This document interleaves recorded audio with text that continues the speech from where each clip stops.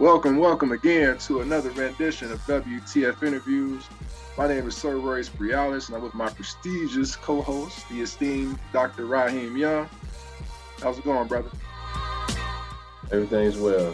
How things on your end? No complaints over here, man. It's getting a little chilly out here, but that's okay. I got some hoodies. It's all good. All right, and I'm also pleased to announce we have a special guest, Dr. Michael Allen. How's it going, brother? Pretty good. I can't complain. Thank you so much for being here with both of you. It's definitely a distinct honor and privilege to share this space. Yeah, definitely. Thank you for taking the time out to join us. So thank you for joining us. The first question I asked is I got to ask it a different way because I got some intel about Dr. Allen. So Dr. Allen, if you could tell me what you do professionally, and also when is your firstborn going to be born? I'll start off with the firstborn. So my firstborn will be here in the next few weeks. That's the plan. So any day now, but no later than the 19th. So I'm looking forward to that. Very excited. In terms of the professional piece, I spent most of my time as an educator. I would consider myself an ambassador for educational change and, more importantly, equity of all vulnerable and marginalized people. But I spent the last 16 years since I've been out of college, first teaching, then principal in a private school, 24, and then fast forward 14 years later, I spent 14 years as a principal of some sort and had just recently transitioned completely out of public education. So it's a unique dissonance that I think we go through as human beings. Both of my parents transitioned over a period of 8 months, mom in December and then dad this past July. And as catastrophic and devastating as it was this unique opportunity to sort of redefine and reconceptualize what it is that I feel like I was born to do and how I can use my gifts and talents to share with the world for this next chapter of my life. So I left public education in September. I'm almost 3 months removed. I'm in this world to where now I'm transitioning to what I would call grassroots equity work. So I'm spending most of my time either writing, speaking, teaching, coaching, or policy advocacy. So very excited. It's a new world for me, and I feel unleashed and liberated in a sense. That's cool, man.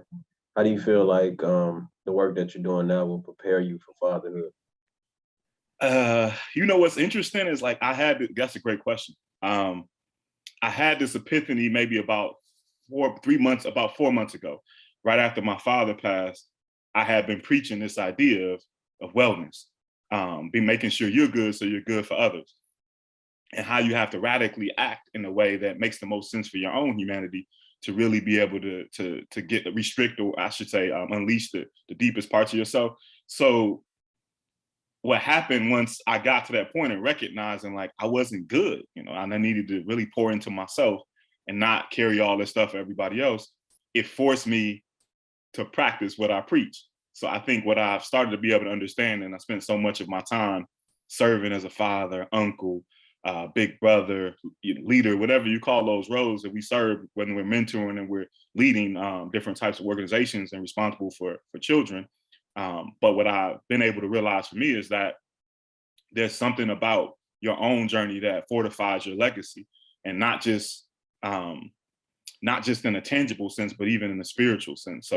So much of my peace and comfort over what I've been able to accomplish in my career gives me a sense of urgency and presence to really be able to pour into my daughter for every moment that she's here, and being able to give her what I have acquired over the course of my life, but not in a way to where she's, waiting outside my office for me to finish this work up at school and, I'm typing these different reports. I feel much more plugged in today than I probably would have been 5 years ago, 10 years ago, whatever period of time. So I think so much of what I understand is just the most important thing that children need would be their parents. And I think all the data, I'm sure you all have done this research, all the data says number one success factor for children, particularly children of color, is in fact the presence of their father.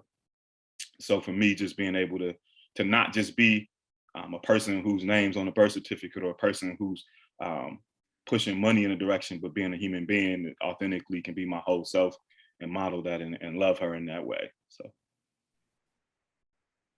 So take me back to that moment, man, when it's with your wife, right? You're you having a kid.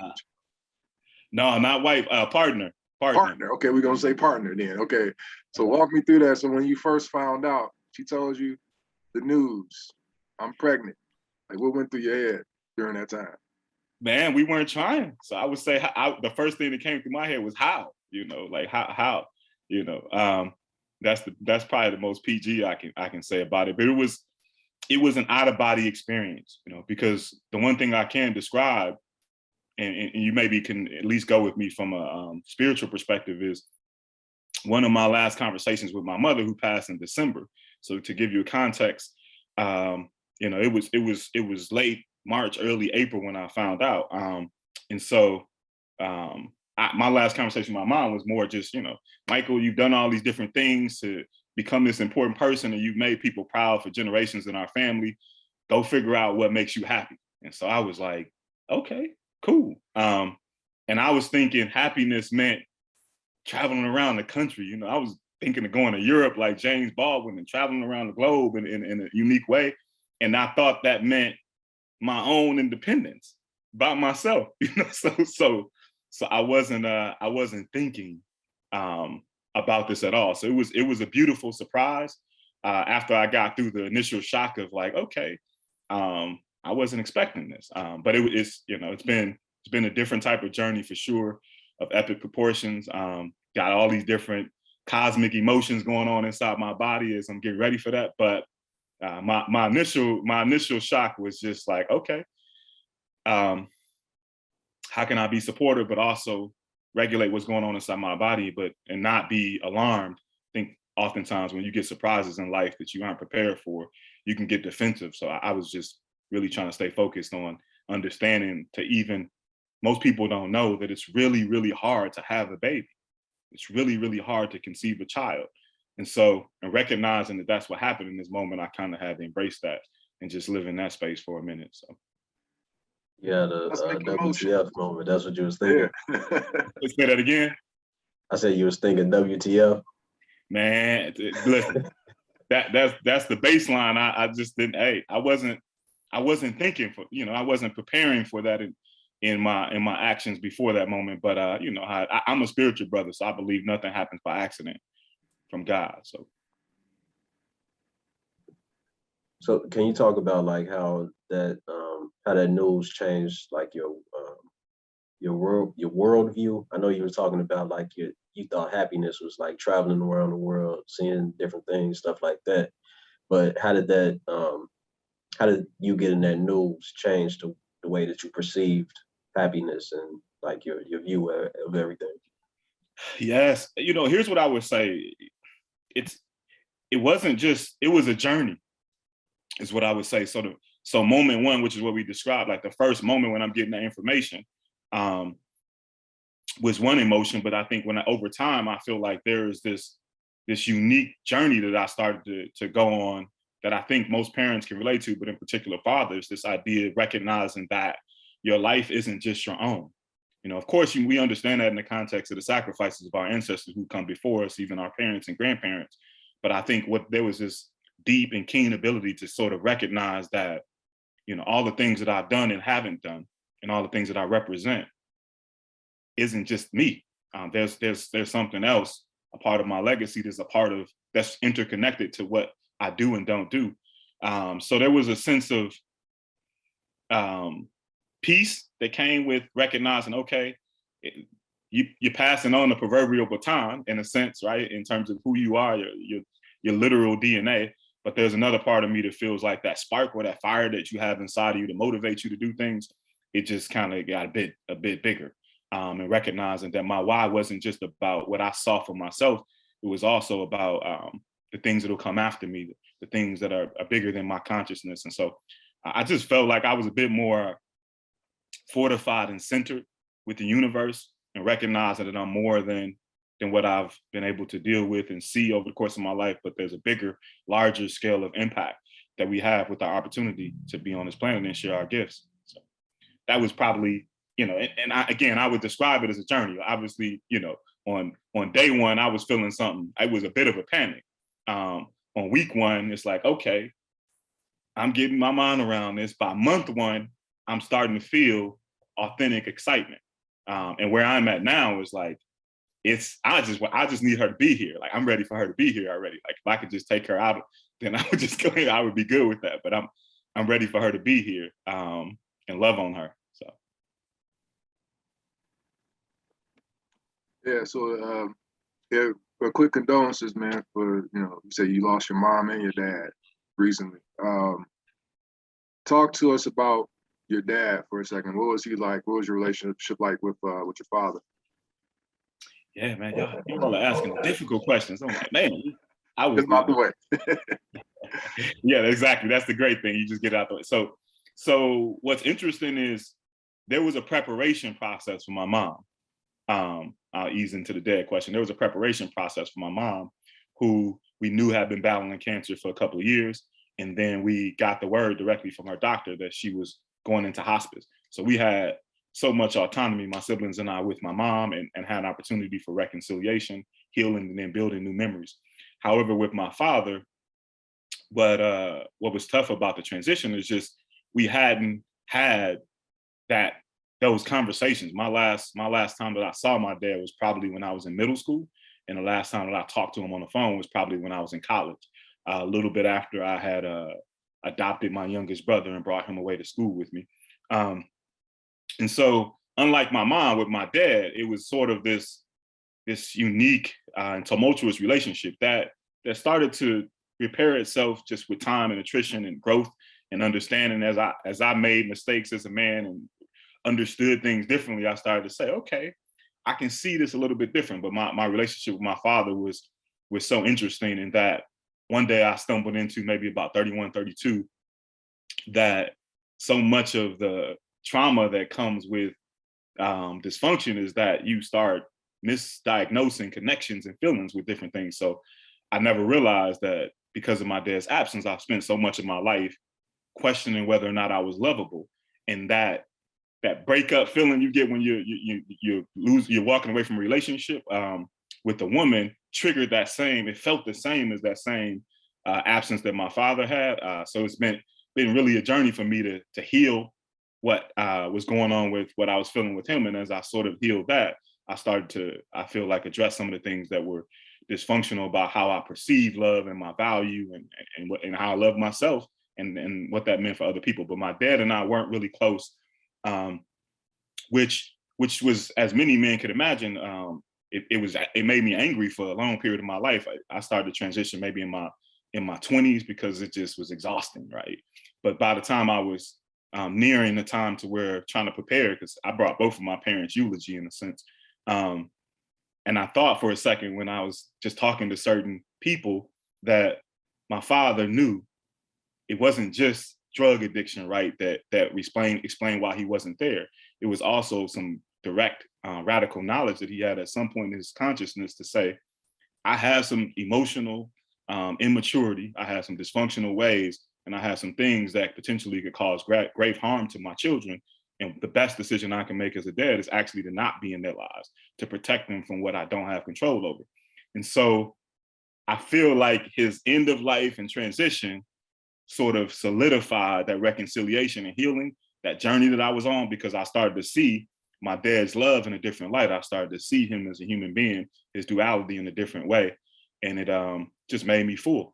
So, but it's a different type of relationship for sure. Both of my parents, they both struggled with drug addiction once crack hit the scene in many of our communities in the late 80s, early 90s. And they battled that for almost 3 decades. So.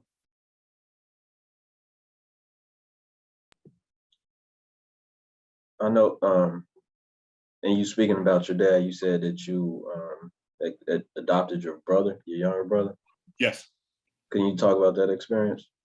Yeah. So we, what's interesting about it, first, I'll start off with, this is a shameless plug, but my brother and I co-authored a book, children's book that targets 4th through 8th graders. It's called Brotherly Love. And it essentially details our journey. Me being halfway through my college career, playing football at this predominantly white institution in Indiana, Valparaiso University.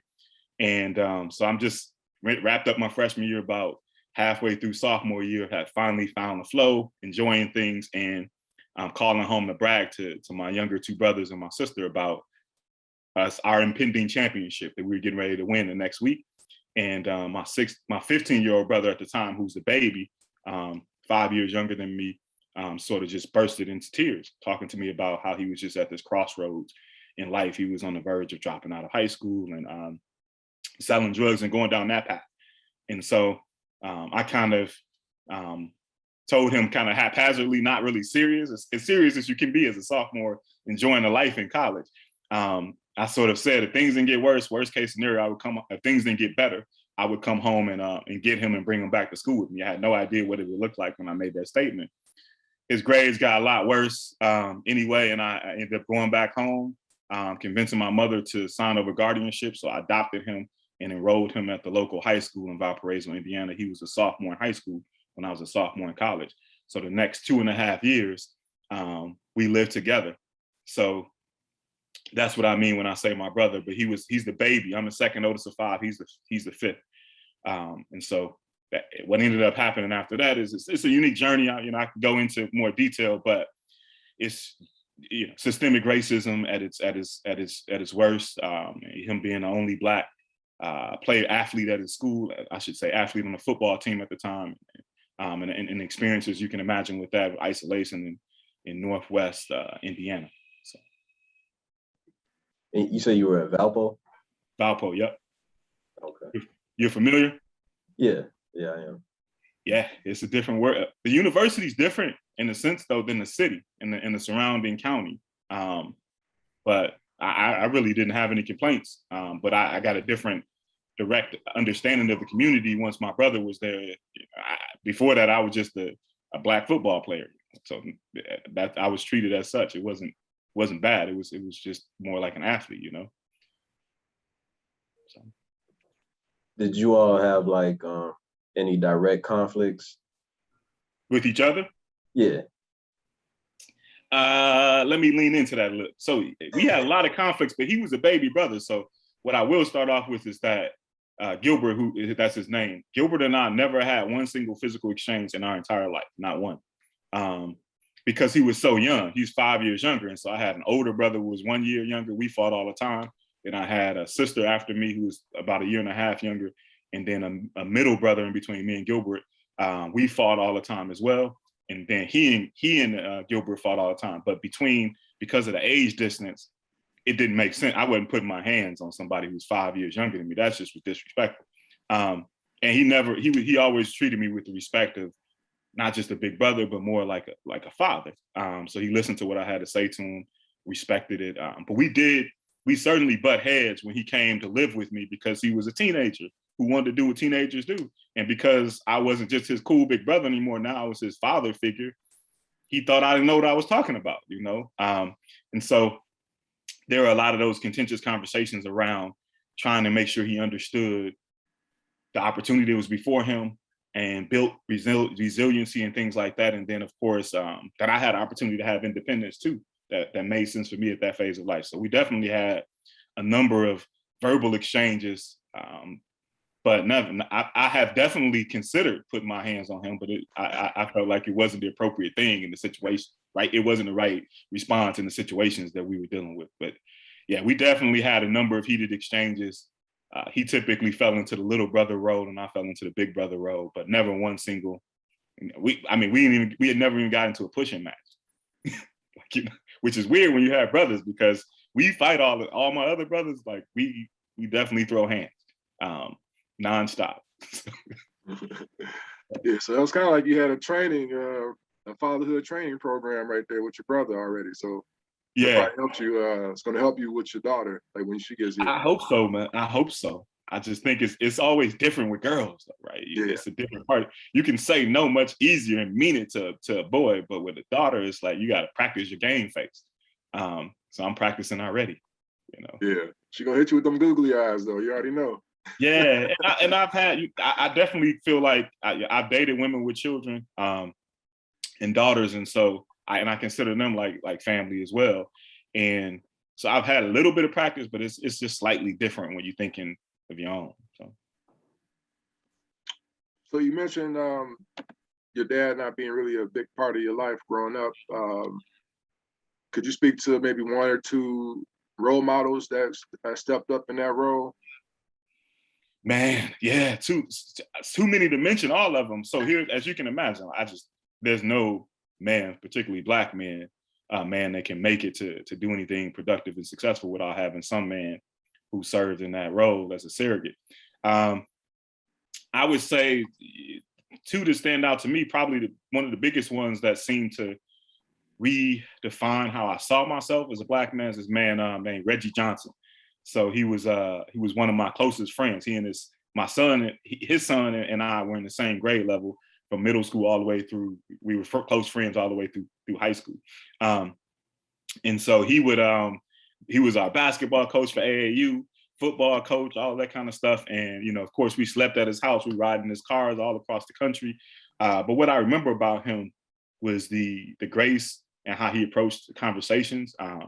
Something about his spiritual energy just made me feel like he saw me as his own. And I'll give you examples for that because so his son would sometimes have struggles in the class next door to me. And he would pop up to the school nonstop, Black man, you know, in the 90s. You know, his gangs are at a height in my particular community. So he's popping up to the school, checking in on his son. And then after he checks in on his son, he's going around to all the neighboring classrooms where all of us are at, but in particular me to check up on us.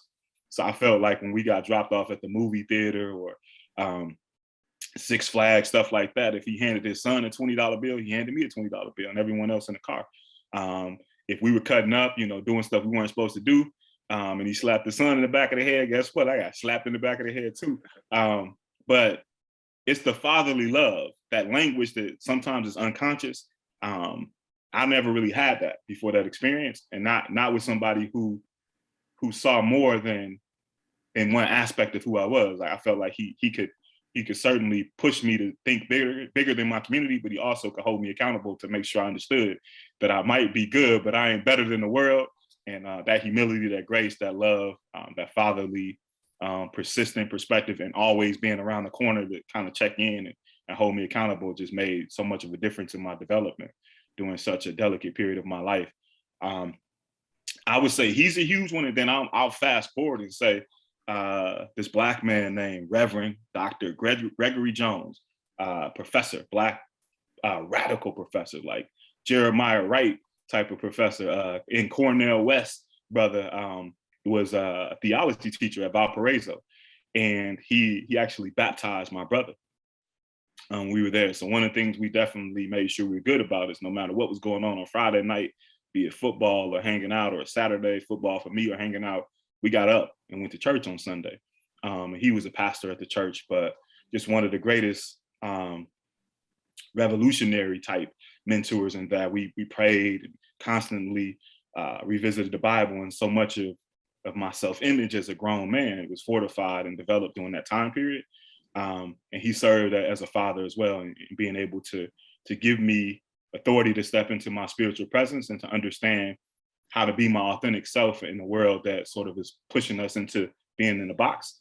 And that was something that I really appreciated, especially because he didn't have his own kids. So he just poured so much of his love, his support, his guidance into us. And, you know, I just soaked up every moment with him. I think so much so that he was a theology professor. I think I took one of his classes as a sophomore, and I think I took like 7 more of his classes, everything from Black church, urban ministry, Christians' response to social victims, anything you can think of that he taught. You know, I signed up for it to make sure that I can get closer to him and really not just pick his brain, but be connected to his spirit. So definitely one of my closest mentors today. You know, that's dope, man. And it made me think about last night we had a meeting. We had like bi-weekly meetings with different topics and stuff. And one of the questions from the meeting last night is like, what is a father's role in raising a child's, not necessarily them physically, but raising their level of consciousness. So like, what role do you feel like a father plays in that? Man, that's tough. I think a key role, I would probably go back and say that oftentimes, and I don't mean to be stereotypical, but mothers tend to be nurturers by nature, tend to be able to solidify some of those foundational parts of who youth are. And fathers are sort of like a conscience, in that you want your child, regardless of gender, to sort of hear your voice in those pivotal situations, and not so much think what you would do, but think about who they are in our eyes, right? So when you look at the best version of yourself, how can you show up and activate that response in given situations, which I think would translate into consciousness. But yeah, everything from making sure we build a foundation about who they are and knowing that they're loved and they're protected and they're safe all the time in our arms, but also in the world in relationship to us, but preparing them in a wise way around the different things that they're going to encounter in a country like ours and the world like ours, especially being people of color, but never losing sight of their gift, like this hopeful part of them that's created and unique, and being able to measure that. And that consciousness, again, I would come back to maybe from a social perspective of recognizing that always center yourself in proximity to the rest of the world and the universe, and never believe solely what they're telling you about yourself, but also trust the instincts that you have inside of you that are bigger than what other people can sometimes understand. But becoming a critical consumer is something I think is pivotal for fathers to teach their children. Not that mothers can't do it, but I do think many dads naturally lean into that role. We're always thinking, okay, cool, I take this job, it means this, this, and this, and what is it that I'm missing? There's all those things that are naturally instinctual for many men. And I do think centering that level of consciousness and giving it to children, again, regardless of gender, is a natural role that many men fall into, much like a mother falls into the nurturing role. Yeah, a perfect example of that was a kind of a point I made yesterday on that same call was in Boys in the Hood when Ricky got killed. You know, they went to go retaliate, and Trey got in the car, but then Trey said, "Open the door. I don't want to be here." That was probably because his dad instilled that in him. You know, those conversations he had with his dad, cutting his hair. But the other guys in the car didn't have their dads. Yep. So they didn't have that inner voice, you know, that inner consciousness that Dr. Young was talking about. So I think, having that father figure, that voice, just to be in your head, like when you're doing something that you ain't supposed to be doing. It's important. Exactly. Yep. The next question I had was really a question I already asked. You kind of gave an answer to it already, Dr. Michael, and it was a good one. I'm gonna read it to you. You said, I said, what does fatherhood mean to you? And you said, it's one of the greatest ways to give back to humanity. It's submission, vulnerability, vision, balance, and service wrapped into one person. That's good. So can you elaborate on that more? I just think there is no better way to give back to the universe than to literally give back your child, your legacy. But what we never really quite understand as human beings, if we're not careful to slow down and lean into the presence. So I'm a really big proponent of like mindfulness, meditation practices, and therapy, for example, just being able to center yourself and recognize that any moment you have to be willing to risk who you are for what you hope to become. And what better way to look into the mirror or look into the eyes of your child and see a reflection of yourself, not as how you see yourself, but as they see you, right? And then what is that? And being a critical consumer of that. So, okay, so I saw myself as this kind of man. Fathers, we deal with this when we're having daughters, right? All those things we know we weren't supposed to be doing in proximity to women.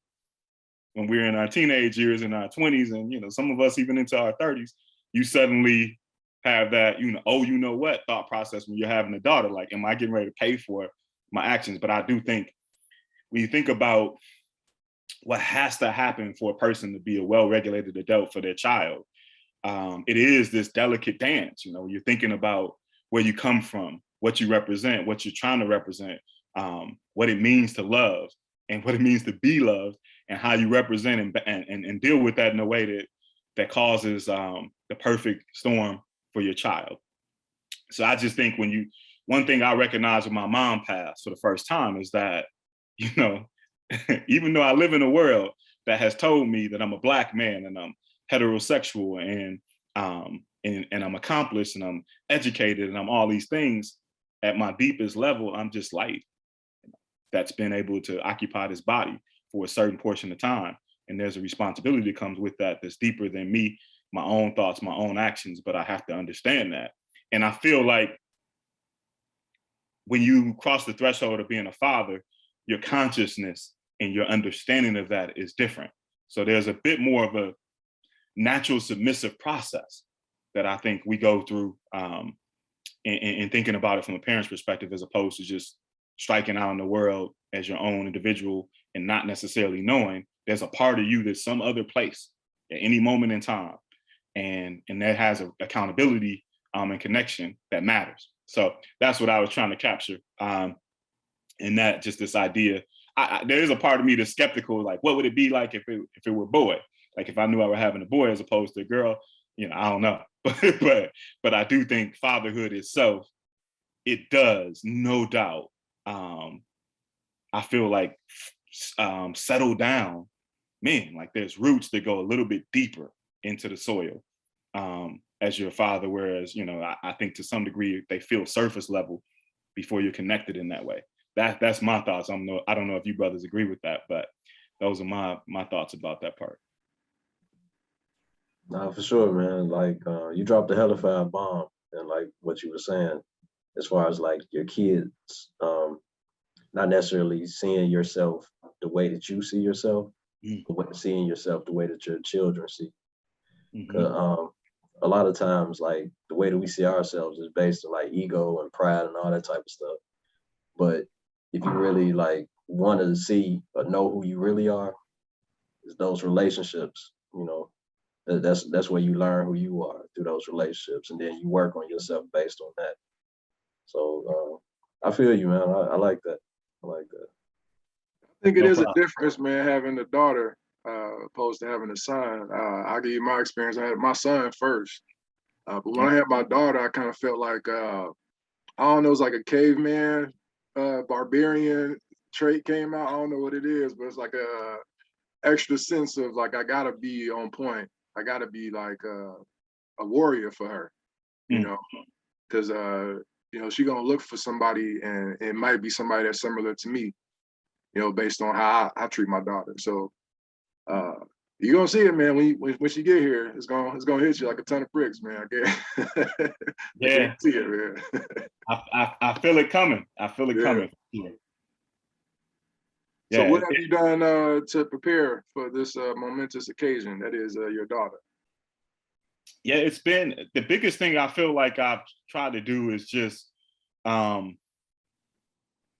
think about what it means to be a support. So a lot of times as men, particularly men of color that are thrust into leadership, like both of you brothers are leaders. It's clear through your authority and your presence.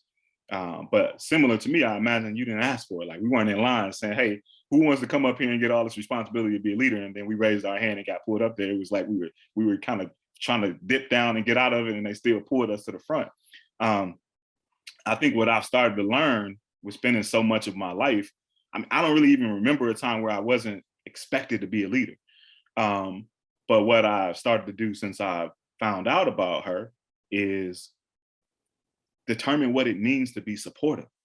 Like, what does that really look like? Instead of being the person who's always facilitating proactively everything, what does it look like to be supportive? So to see, and for me, I think that means like, how can I see her as she is, as opposed to what I want her to be? And what does that mean for me as a person who's always been a go-getter, a person who can facilitate everything? But what does that mean for me to step back and say, okay, cool, she needs me to help her connect these two dots, as opposed to show her the whole board. So I feel like I've started to, I've learned that just from trying to figure out what it means to support a woman through pregnancy. It's just a different process than ever trying to support a woman before that. But also meditating a bit more, being more lost in my thoughts. So I have this saying that I developed over the last couple of months is, be forever transformed by the beauty of the present. So this idea that I don't need to worry about what's on my phone. I don't need to worry about the email. I don't need to worry about all that stuff. I need to worry about the fact that I believe my God has blessed me to share the presence with 2 other melanated brothers who are trying to make the universe better. And that's all that matters in this moment. So that presence in this space has a direct transfer and preparation to being a father. Like, so being able to know, like, all right, the rest of the world doesn't matter right now because I'm yours and you're mine. And let's figure out how to get through this situation. I've been flirting with that for some years, but I think the level of presence and engagement that I've been starting to tap into through meditation and just kind of reflecting and being introspective has given me some sense of peace and preparation for her. And then also this idea of like reconceptualizing how I see spirituality. So the more I'm a bit of a sociologist and a historian that has a humanitarian feel to it. So I like thinking about Christianity and proximity to Western development, but also spirituality separate from the religious part of Christianity and thinking about what that means for me as a Black man. And how does that influence my ability to prepare myself for my child? So when I'm having discussions about what does it mean to have faith, how can I center my authentic self separate from what I've been indoctrinated into believing in the religious sense? And that, like, man, I'm spiritual and I believe in God. I consider myself a Christian, but I'm not religious. And that all those things that sort of allow us to find ourselves standing on heels when everybody else is standing at the bottom, I don't really believe in that. I think we were created to lift each other up, not to judge each other. We were created to love each other, not to hate. And so there's been a lot of time as I prepare myself, not just to be a father, but to be a father, well, a girl dad, right? To where I'm thinking like, okay, what's the emotions that I have struggled with being able to express out loud, even to myself, right? What's the emotions that I've struggled with being able to express out loud in relation to my family? And then what's the emotions that I struggle with being able to express out loud in public? And what does that have to do with what I've been taught about what it means to be a man? And how do I feel about that? So some of those things are going on and looking at and reconceptualizing just my own masculine identity and thinking about the implications for my daughter who could be whatever kind of person that she wants to be, and just wanting to do the best with being able to expose her to that. So much of what I feel like I've been going through is just constantly pushing myself to say, you know, who am I? How do I know? And then what does that mean for me as I try to continue to grow into the best version of myself? But I do like my biggest one over the last couple of months is that saying, be forever transformed by the beauty of the present. You know, just giving your whole self to that moment, not getting too caught up on the stuff to come or the stuff that has happened to you. It just doesn't matter as much as we sometimes give the credence and weight to it. So.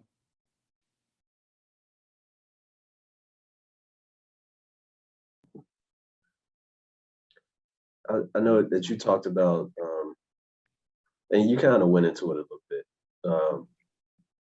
like supporting a woman, right?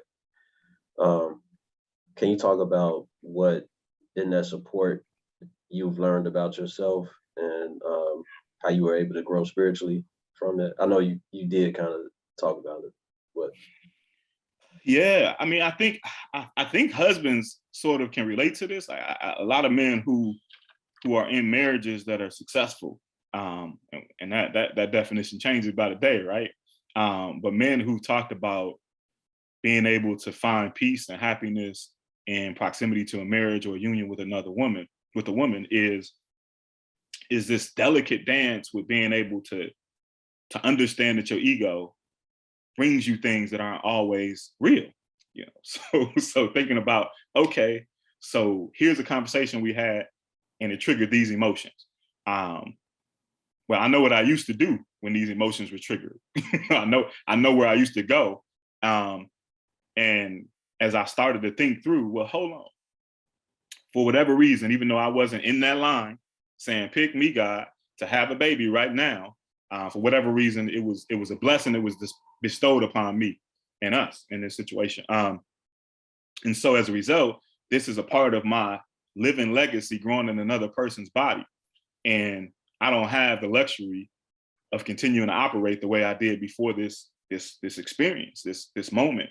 And so I've definitely looked at trying to situate and make sense and get curious about my ego and its impact on how I have made decisions before.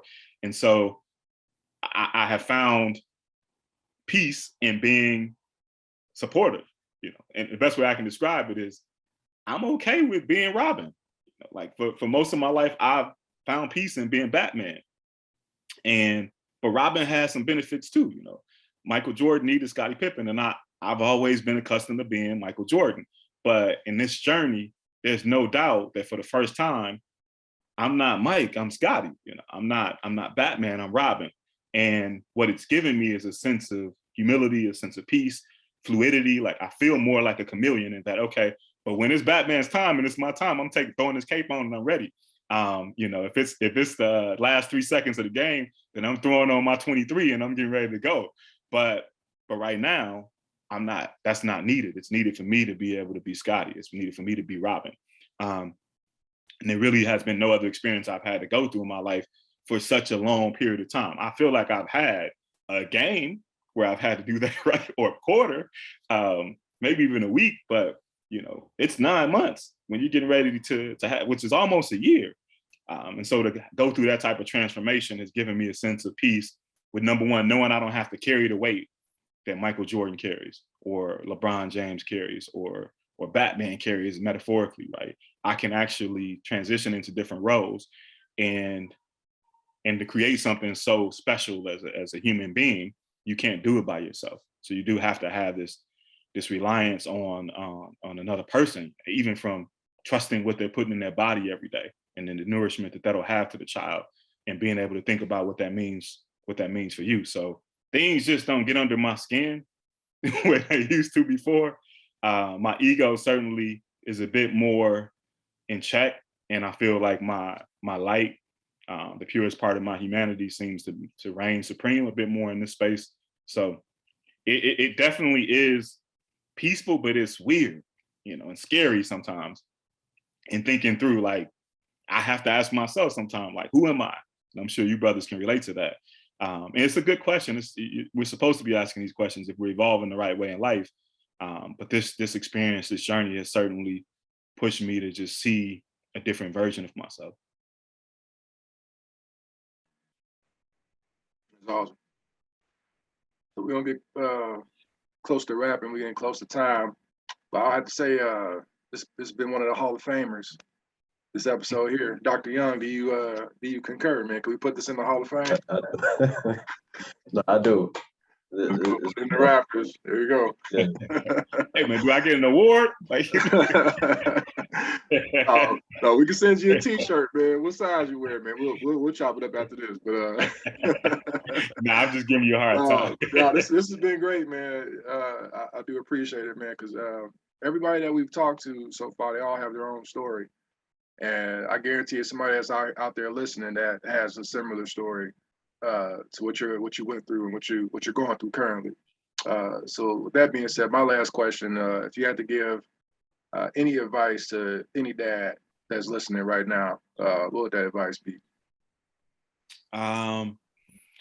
Man, ask me in a year. Here's what I will say though, and I'll combine this from my informal experience with being a father to thousands of kids as an educator, and then also transitioning this into my own right now. The best gift that I think any dad can give to their child is just giving themselves permission to be the best authentic version of themselves. Don't restrict emotions to fit into a stereotypical box, but just be the best version of yourself and trust your instincts in that moment. So there is a time to cry with your child. It is a time to cry in front of your child. There is a time to provide various forms of love and support to the people who you love and care about, and always try to make the most of the moment. So that would probably be my advice: is when the dads who seem to stand out to me as an educator, and that have stood out to me when I was a young person trying to navigate through, and have made quite the impression on me, what I see as being consistent is that they somehow knew to be who they were, to stay true to who they were, but always remove the barriers and express their emotions unfiltered to their kids. And that, I think, transcends one's own identity and being able to center itself in a real way in the world. We don't have to hide behind what people have told us we need to be. We just need to be the best version of ourselves for the people that we love and care about. And that's what I think it really means to be a father. It's not just providing. It's in spite of providing, you have to also provide you, not just your resources and money, but your presence. And that is emotional as well. So that'd probably be my biggest advice is, be able to show your kids all of yourself. Don't restrict it thinking that means you're strong. Like, strong means embracing the vulnerability and all the emotions that come with that, because they need that too. Good stuff. Okay, so I guess my last question would be, if you could, if you can go back in time to your 18, 19-year-old self, what advice would you give him? Man, that's tough. You brothers, you need to take this show on the road, man. This is ready to take national attention for sure. If I could go back and talk to my 18, 19-year-old self, what would I tell him? I would probably tell him there is no reason to think that fear is real. Nothing can stop you from being what you were born to do, except for you.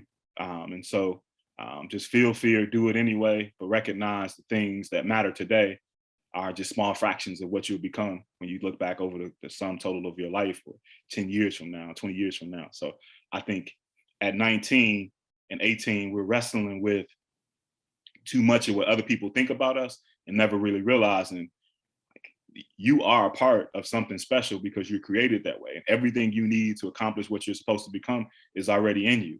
So you don't have to be afraid of how something that's adverse could affect your life and your future.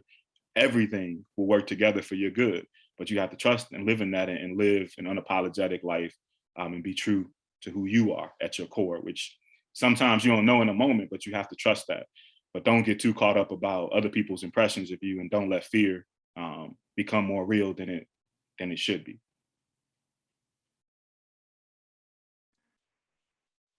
Good advice. Most definitely, man. So yeah, with that being said, we're gonna go ahead and wrap it. Again, thank you, Dr. Allen, for taking the time out to share what you've shared, man. It's been a great episode.